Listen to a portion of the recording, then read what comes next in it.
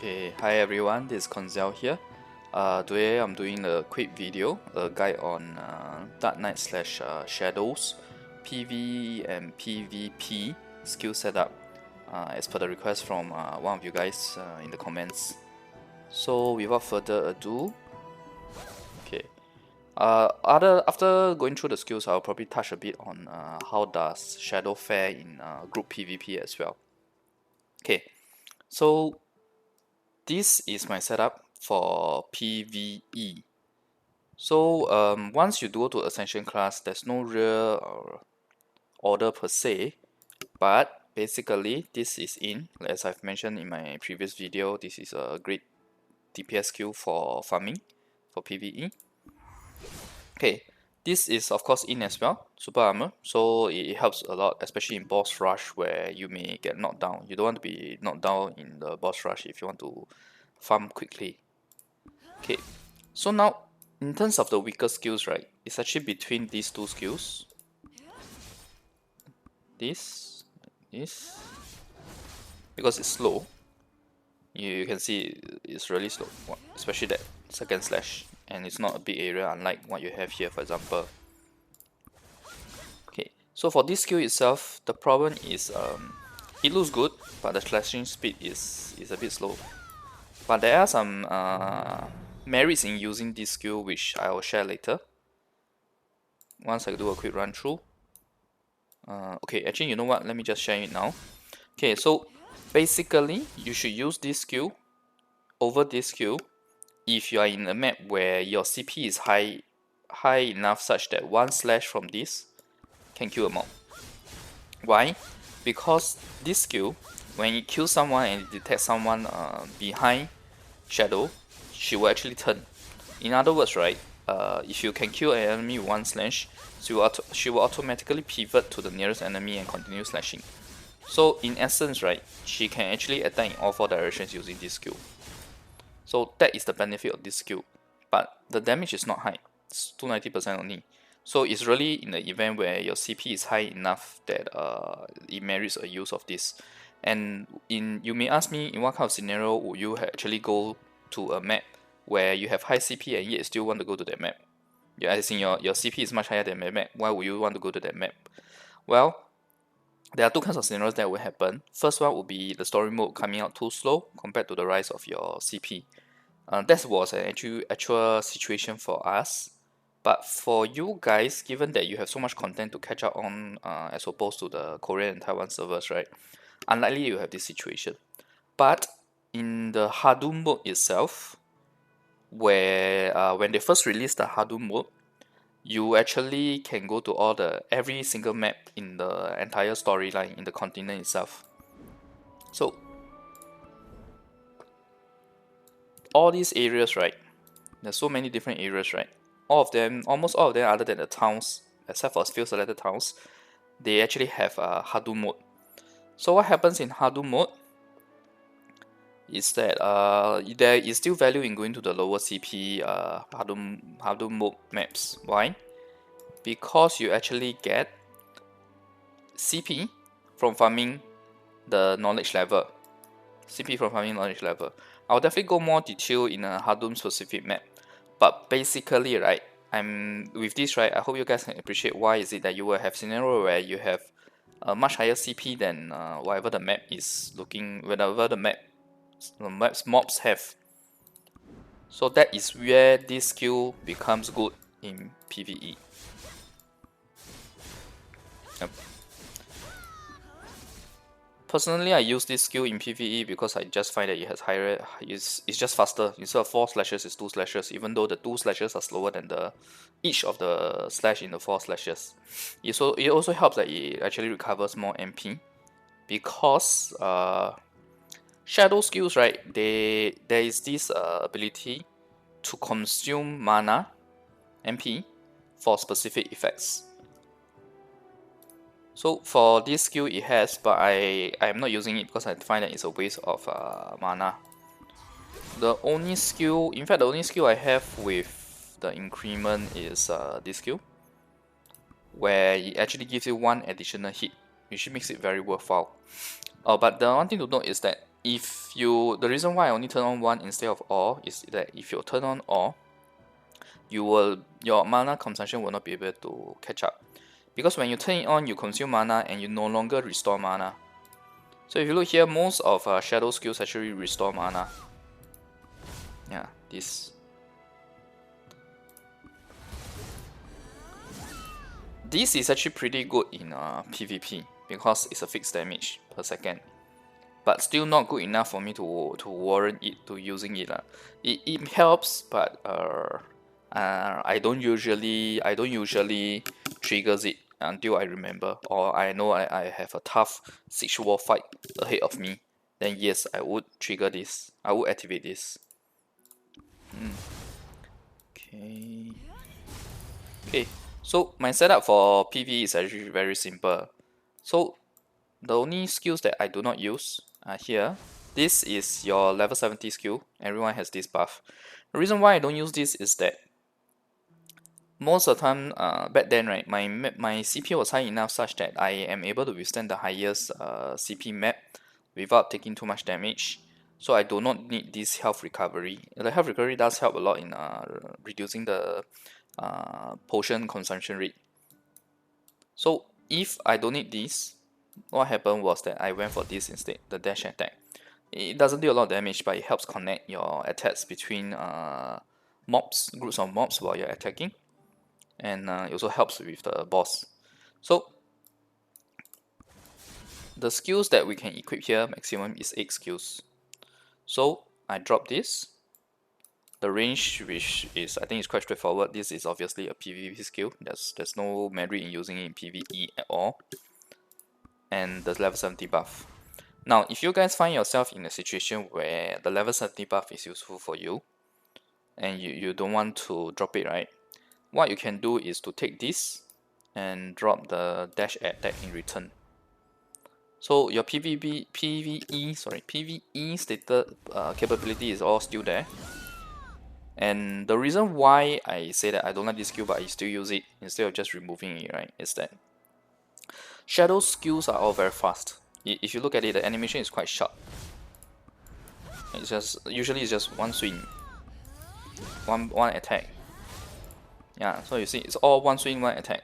This is 2 swings, but the next swing is using twice lah. So if you take away this skill, right, what happens is that in the midst of, for example, auto attacking through the PvE mobs, right, you will actually have scenarios where your shadow will start using normal attack instead, which is really not good lah. No matter what, this is still better than a normal attack because look at the normal attack. Normal slash is like 100% with a much smaller area as well. So no matter what, that can possibly be good. So this is my basically this is my PvE setup. You drop the multi-slash skill, the range skill, and the buff. Scenarios where you use the multi-slash skill is when your CP is really much higher than whatever the map requires. You drop the you drop the dash attack only if you need this buff. Oh, another thing is, if you guys don't have this skill yet, right, the so-called chop skill, right, it's fine to take up this skill as well, since you don't have the buff skill. And like I said, right, if you drop too many skills on shadow, 1 or 2 skills on shadow, right, there may be scenarios where she ends up using normal attack. Unlike other classes that are merit in dropping skills, for example, Tamer, right, even in PvE you only need 6 skills. In fact, it's more efficient in PvE when she uses 6 skills instead of 8, because those 6 skills are so strong that you don't even need. When you use the 7th and 8th skill, it actually causes an issue. It's not that it causes an issue, but it's actually slower. So I'll touch in more detail on that for Tamer in future. Okay, so next is PvP. Okay, so I have to clarify that previously the last video that I did on the class ranking for Valkyrie, right, I mentioned that her PvP is terrible. So for me, right, most of the time when I say PvP, I actually refer to the Black Sun mode because I don't play Arena much. I'm not that huge of a fan of Arena. I do play Node Wars, Siege Wars, as well as Black Sun mode. Those are the PvP content that I play. So to me, right, not say to me, sorry, even in the current end state right now, Valkyrie is useless in those modes. But in terms of arena, Valkyrie is still okay right now. Yeah, it's definitely not the strongest, but it's okay. So it's terrible in terms of PvP for Valkyrie when we are talking about Black Sun mode.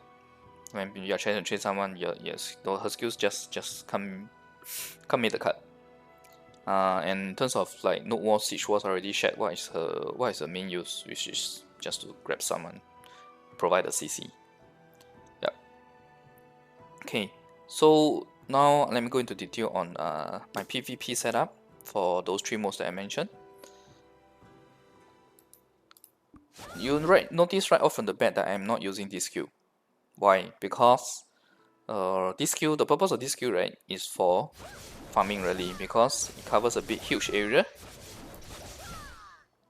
but it has no super armor.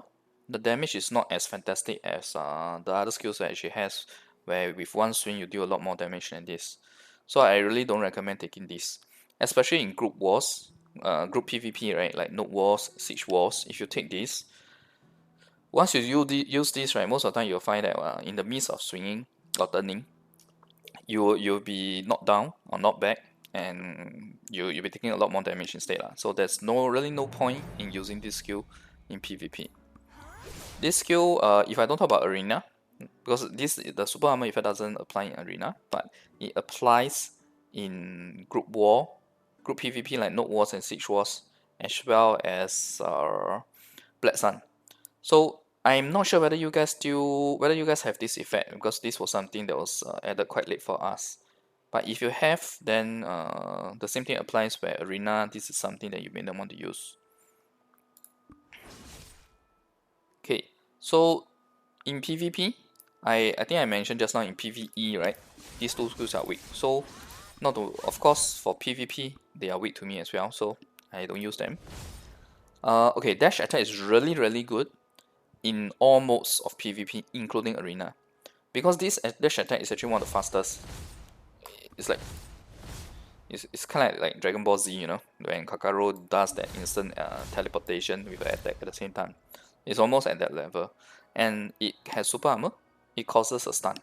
So wherever you're being, you can use it for initiation in arena, in dash attack.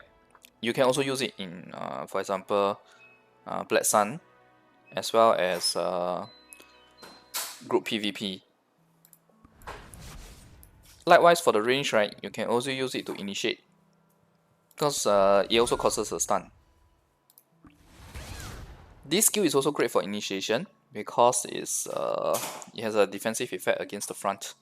So it's really great in arena, right, where the gist of arena is basically to be the one to initiate, get the opponent either stun and then knock them down and do a few combos, the unleash a combo on them, and then move away so that they waste their super armor skill. Then you find a chance to repeat, rinse and repeat.